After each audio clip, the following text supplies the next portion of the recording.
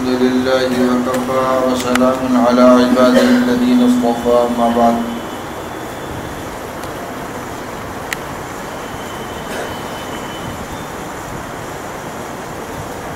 قال النبي صلى الله تعالى عليه وسلم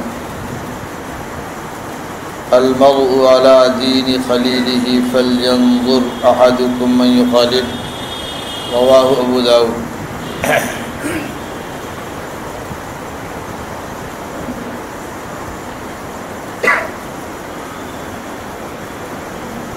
اللہ رب العالمین نے انسانوں میں ایک بہت بڑی خوبی پیدا کی ہے، وہ انس اور محبت۔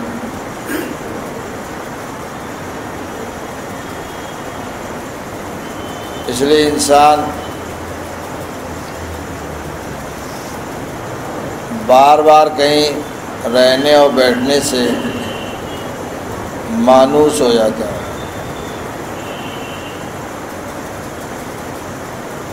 اور پھر وہ انس محبت میں تبدیل ہو کر اس کے لیے محبوب کے دین طور طریقے کو اپنانا سہل ہو جاتا ہے۔ جناب نبی کریم صلی اللہ علیہ وسلم نے سنن ابو داؤد کی یہ روایت ہے، اسی بات کو سمجھایا۔ فرمایا المرء علی دین خلیلہ، انسان اپنے گہرے دوست کے دین پر اور اس کے معاملات پر منتقل ہو جاتا ہے۔ تو چاہیے کہ غور کرے کہ ہم کسے اپنا گہرا دوست بنا رہے ہیں۔ جس کو اپنا گہرا دوست بنائے گا اس کے اخلاق عادات کو چوری کرے گا، جس کے بیچ میں بیٹھنے کا اہتمام کرے گا اس کی صفات کو آہستہ آہستہ اپنے اندر داخل کرے گا۔ غیر شعوری طور پر انسان چیزوں سے متاثر ہوتا ہے، اس لیے کہا ہے کہ سمندر کے کنارے رہنے والا اس کی نمناک فضاؤں سے ہواؤں سے متاثر ہوئے بغیر نہیں رہ سکتا۔ نمکین آب و ہوا کے اندر سانس لینے والا اس کی نمکیات کے فیض سے جو ہے محروم نہیں رہے گا۔ آج دیکھیے گیس چھوٹ گئی، ہوا میں پھیل گئی، زہریلی گیس سے متاثر ہونے والے لوگ، وجہ کیا متاثر ہونے کی؟ اس کی قربت اور صحبت۔ بس اب ہمیں سب سے پہلے اپنے اندر یہ پہلے انقلاب لانا ہے، پہلے نیت میں تبدیلی لانی ہے کہ ہمیں رہنا کیسا ہے، بننا کیسا ہے، ہم کیسا بننا چاہتے ہیں۔ جیسا بننا چاہتے ہوں ویسے لوگوں کے ساتھ اٹھنا بیٹھنا، چاہے بتکلف ابتدا میں آنا جانا پڑے، ویسے لوگوں کے ساتھ لیکن آنا جانا شروع کرو۔ چاہے دل نہ لگے پھر بھی آتے جاتے رہو۔ ایک دن وہی تکلف والا عمل بے تکلفی میں تبدیل ہوگا، اور پھر وہاں سے آگے بڑھ کر محبت میں تبدیل ہو کر پھر کہتے ہیں نہ بھگائے بھاگے اور نہ چھڑائے چھوٹے۔ لیکن ہمیں ایک نشانہ پہلے طے کرنا۔ حدیث شریف میں سمجھایا گیا کونوا من ابناء الاخرہ ولا تکونوا من ابناء الدنیا۔ اس دنیا میں دنیا کے بھی بیٹے ہیں، آخرت کے بھی بیٹے ہیں، دنیا والے بھی ہیں، آخرت والے بھی ہیں۔ تم ابناء آخرت میں مت جاؤ، ابناء دنیا میں نہ جاؤ، ابناء آخرت میں جاؤ اور ابناء آخرت میں اپنے آپ کو پہنچاؤ۔ اس کا طریقہ وہی ہے کہ ان کے ساتھ آنا جانا رکھو، ان سے تعلق اور دوستی بڑھاؤ، ہوتے ہوتے ایک دن اس کی محبت سے متاثر ہو جائے۔ وہی ہندا جو رسول اللہ صلی اللہ علیہ وسلم کے لیے کیسے خیالات رکھتی تھی، حضور سے جب قریب ہوئی، کلمہ گو ہوئی، تو وہی ہندہ کیسی ہو گئی اور رسول اللہ کے لیے ان کے خیالات کیسے بدل گئے۔ بخاری میں روایت موجود ہے، وہ کہتی تھی کہ آپ سے زیادہ مبغوض دنیا میں میرے لیے کوئی نہ تھا، اور آپ آج میرے نزدیک سب سے محبوب ترین انسان بن چکے۔ وہی عمر فاروق رسول اللہ کی جان لینے کے ارادے سے گئے تھے، اور وہی جب آپ کے پاس رہنے لگے کچھ دن تو وہی عمر فاروق میں تبدیلی آ گئی۔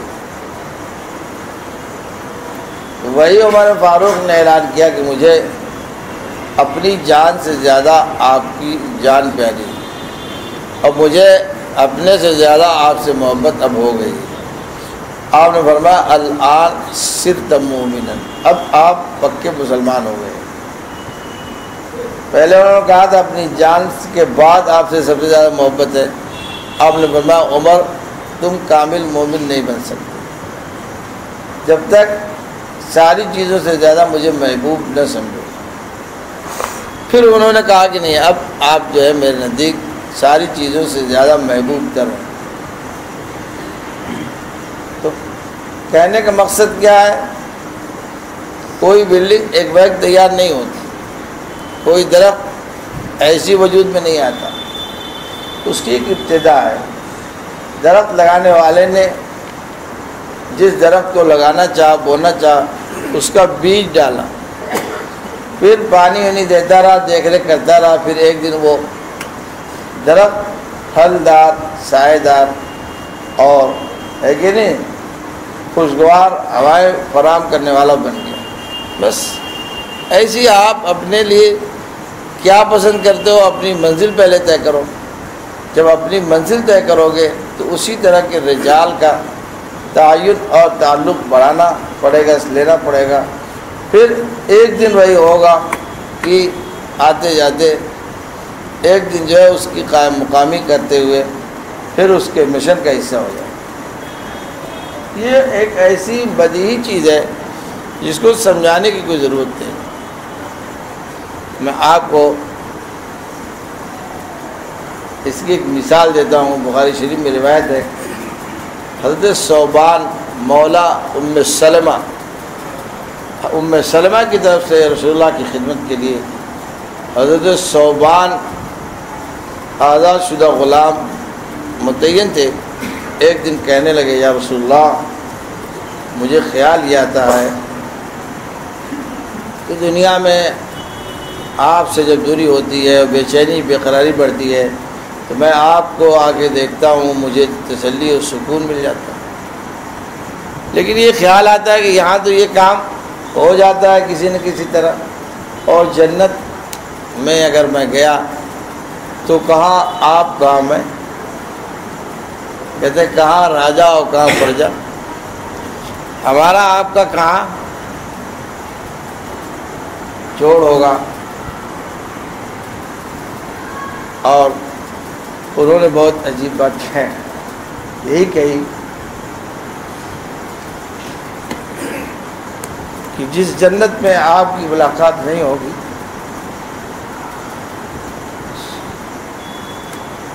وہ جنت میرے کس کام کی؟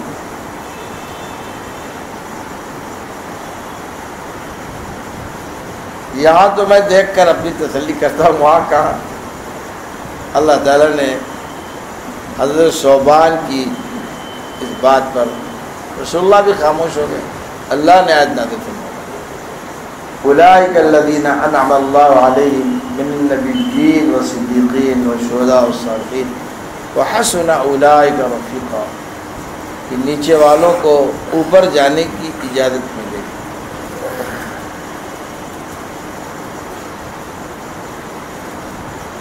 غلام تھے، نہ جانے کہاں سے آئے تھے، بکے بکائے، یہاں ام سلمہ کے پاس آئے، انہوں نے آزاد کر کے رسول اللہ کی خدمت کے لیے ان کو چھوڑ دیا۔ انہوں نے رہتے رہتے رسول اللہ سے کیسی محبت حاصل کی۔ آج مسلمان کو اپنی بدعملی کے وقت خیال نہیں آتا کہ نبی ناراض ہو رہے ہیں، داڑھی مڈاتے ہوئے خیال نہیں آتا کہ رسول اللہ نے اگر باہر رکوا دیا تو کیا حال ہوگا. برے اعمال سے خیال نہیں آتا. اگر آپ نے فرمایا کہ جو ہے انہیں آنے دو میرے لوگ لگتے ہیں، بخاری میں روایت ہے آپ صلی اللہ علیہ وسلم فرمائیں گے آنے دو، فرشتے کہیں گے آپ کو پتہ نہیں، لا تعلم ما احدثوا بعدک، آپ کے بعد بڑے نئے نئے کام انہوں نے کیے، بڑے نئے گل کھلائے. آپ فرمائیں گے بودن شوقن بڑھو، دکھائی نہ پڑے، میرے نقش قدم کو مٹانے والے تھے. دنیا کی ترقی میں شامل ہونے کے لیے مجھے فراموش کر دیے، میرے طور طریقے کو اپنی دنیا آخرت کے لیے کافی نہیں سمجھا. آج مسلمان بڑے عجیب دور سے گزر رہا ہے، اس کو خیال بھی نہیں آتا.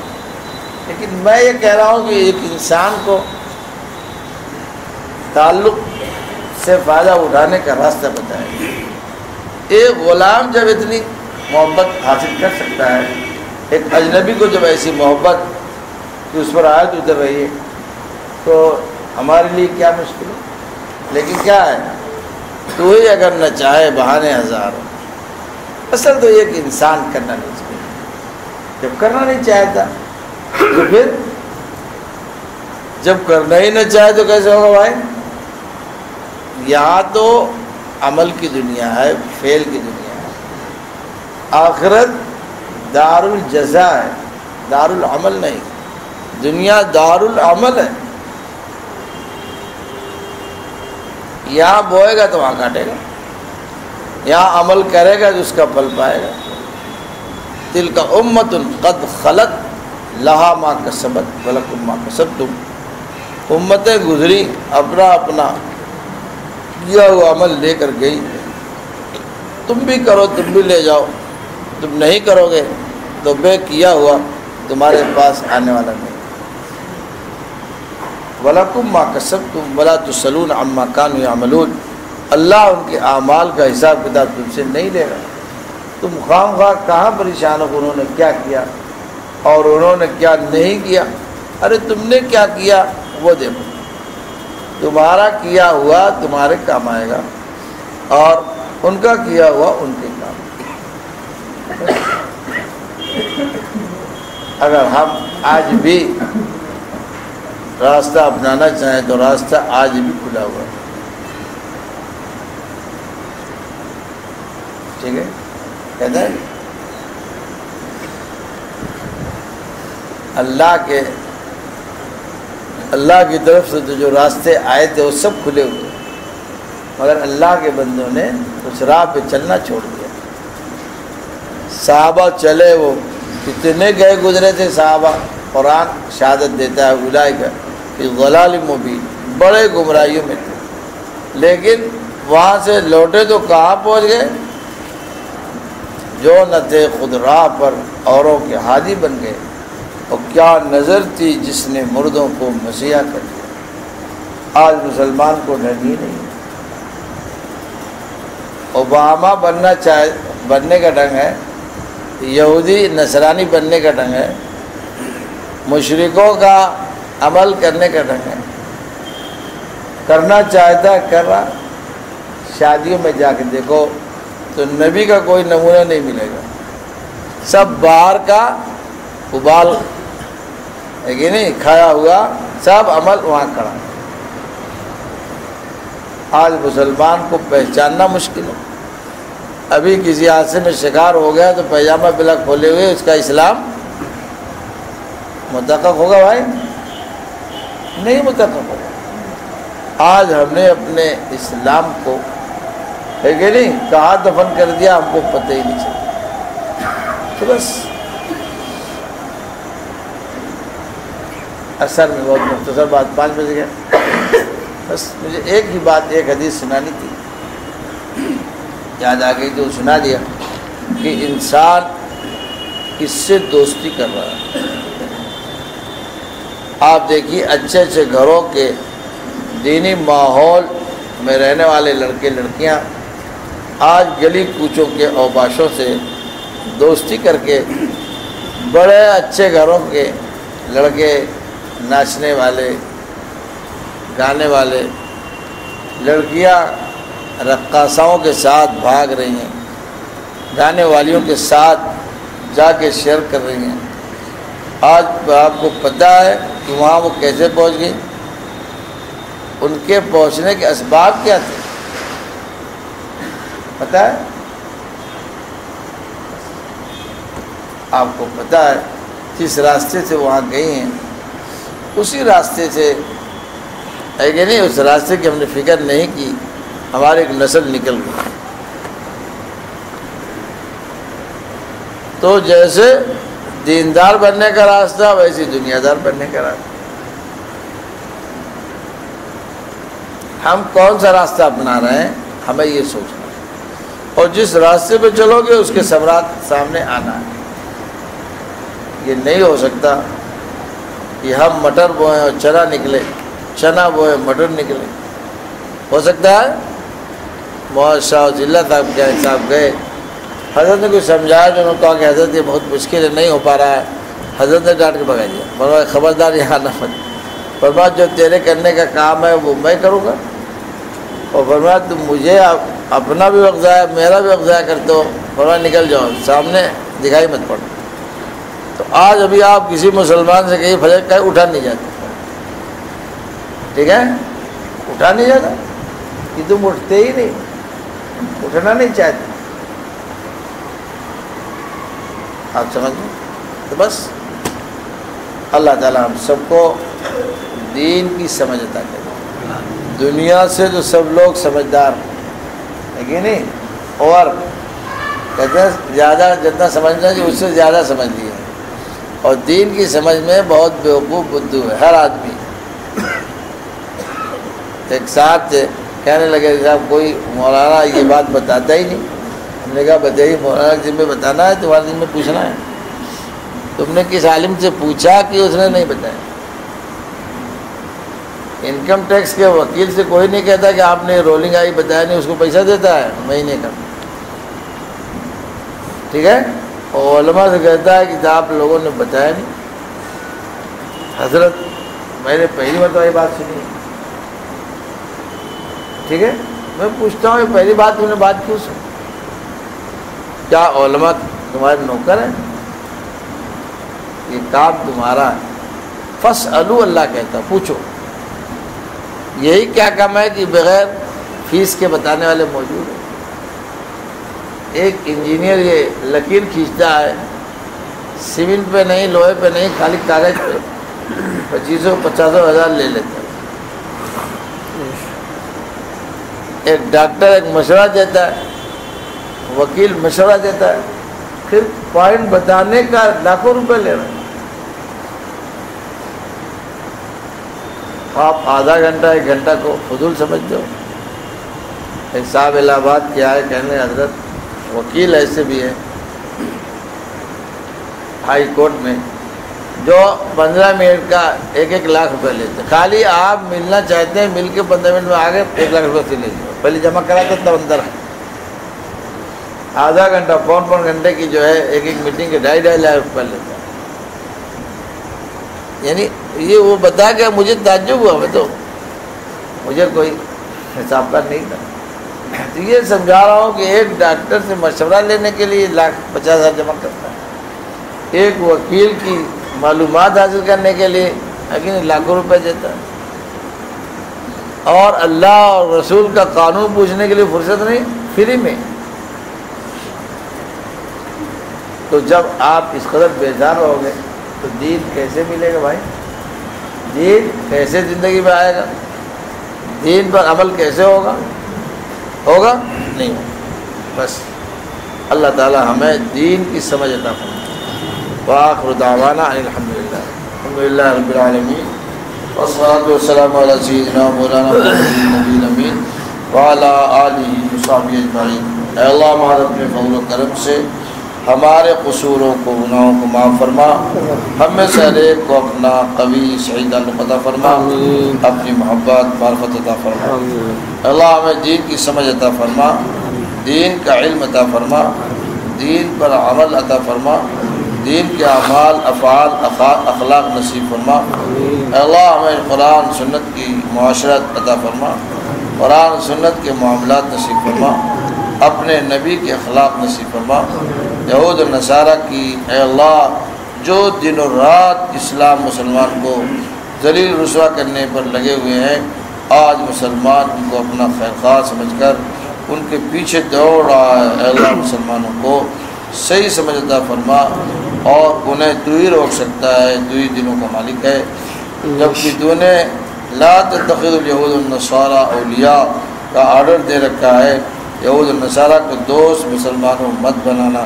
اے اللہ پھر بھی ہم یہ جرم برابر کرتے جا رہے ہیں، اور انہی جیسا بال اور انہی جیسے قد و خال، ان کے اتارے ہوئے لباس اور ان کی صورتوں کی عزت آج ہم ڈھونڈنے میں لگے ہیں۔ اے اللہ ہم سب کو دین کی سمجھ نصیب فرما، اس دنیا سے دھوکہ کھانے سے بچا۔ اے اللہ اس دنیا جو منقش سانپ ہے، اس سے ڈس جانے سے بچا۔ ہم سب کو اے اللہ اس کمینی دنیا کے فریب میں پھنسنے سے بچا۔ تو نے بار بار فرمایا فلا تغرنکم باللہ الغرور، یہ دھوکے باز دنیا تمہیں دھوکہ میں نہ پھنسائے، نہ دھوکے میں ڈالے۔ اللہ ہم سب کو اس سے بچنے کی توفیق عطا فرما۔ ربنا تقبل منا انک انت السمیع العلیم۔ صلی اللہ علیہ وسلم۔